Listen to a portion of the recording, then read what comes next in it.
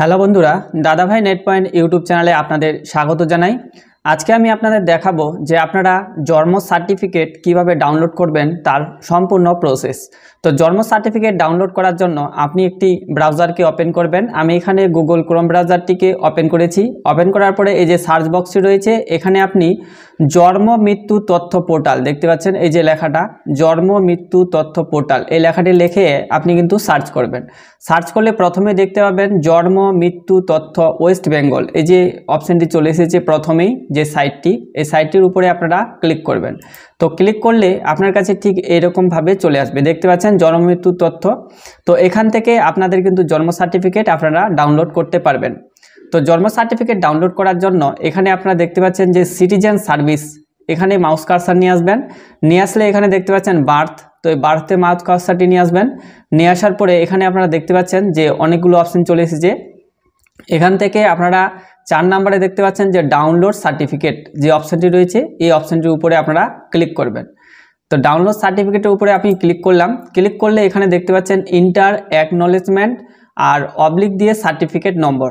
তো এখানে আপনি যখন জন্ম সার্টিফিকেট অ্যাপ্লাই করেছিলেন বা জন্ম সার্টিফিকেট রেজিস্ট্রেশন করেছেন, তখন কিন্তু আপনি একটি অ্যাকনলেজমেন্ট নাম্বার পেয়েছেন, এবং যখন আপনার জন্ম সার্টিফিকেটটি অ্যাপ্রুভ হয়ে যাবে তখন কিন্তু আপনি সার্টিফিকেট নাম্বারও আপনার মোবাইলে পেয়ে যাবেন।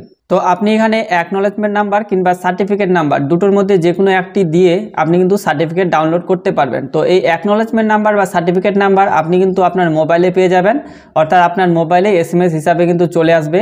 আপনার বাচ্চা যদি হসপিটালে জন্মগ্রহণ করে তাও কিন্তু আপনি যে মোবাইল নাম্বারটি দিবেন সেই মোবাইল নাম্বারেই কিন্তু আপনার অ্যাকনলেজমেন্ট নাম্বার এবং সার্টিফিকেট নাম্বার চলে আসবে। আর যদি আপনি নিজে অনলাইনে রেজিস্ট্রেশন করেন তাহলে আপনি রেজিস্ট্রেশনের সঙ্গে সঙ্গে যে মোবাইল নাম্বারটি দিবেন সেই মোবাইল নাম্বারটিতে আপনি অ্যাকনলেজমেন্ট নাম্বার পেয়ে যাবেন, এবং অ্যাপ্রুভ হয়ে গেলে আপনি সার্টিফিকেট নাম্বারটিও পেয়ে যাবেন।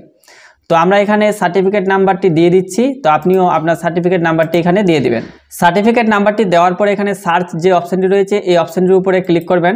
সার্চের উপরে ক্লিক করলে এখানে দেখতে পাচ্ছেন যে OTP send to registered mobile number, অর্থাৎ যে মোবাইল নাম্বারটি আমরা দিয়েছিলাম সেই মোবাইলে কিন্তু একটি ওটিপি চলে গেছে। সেই ওটিপিটি আমরা কিন্তু এখানে বসিয়ে দিব। তো ওটিপিটি বসিয়ে দিচ্ছি আমি। তো ওটিপিটি বসিয়ে দেওয়ার পরে এখানে দেখতে পাচ্ছেন যে সাবমিট যে অপশানটি রয়েছে এই সাবমিট অপশানটিতে ক্লিক করবেন।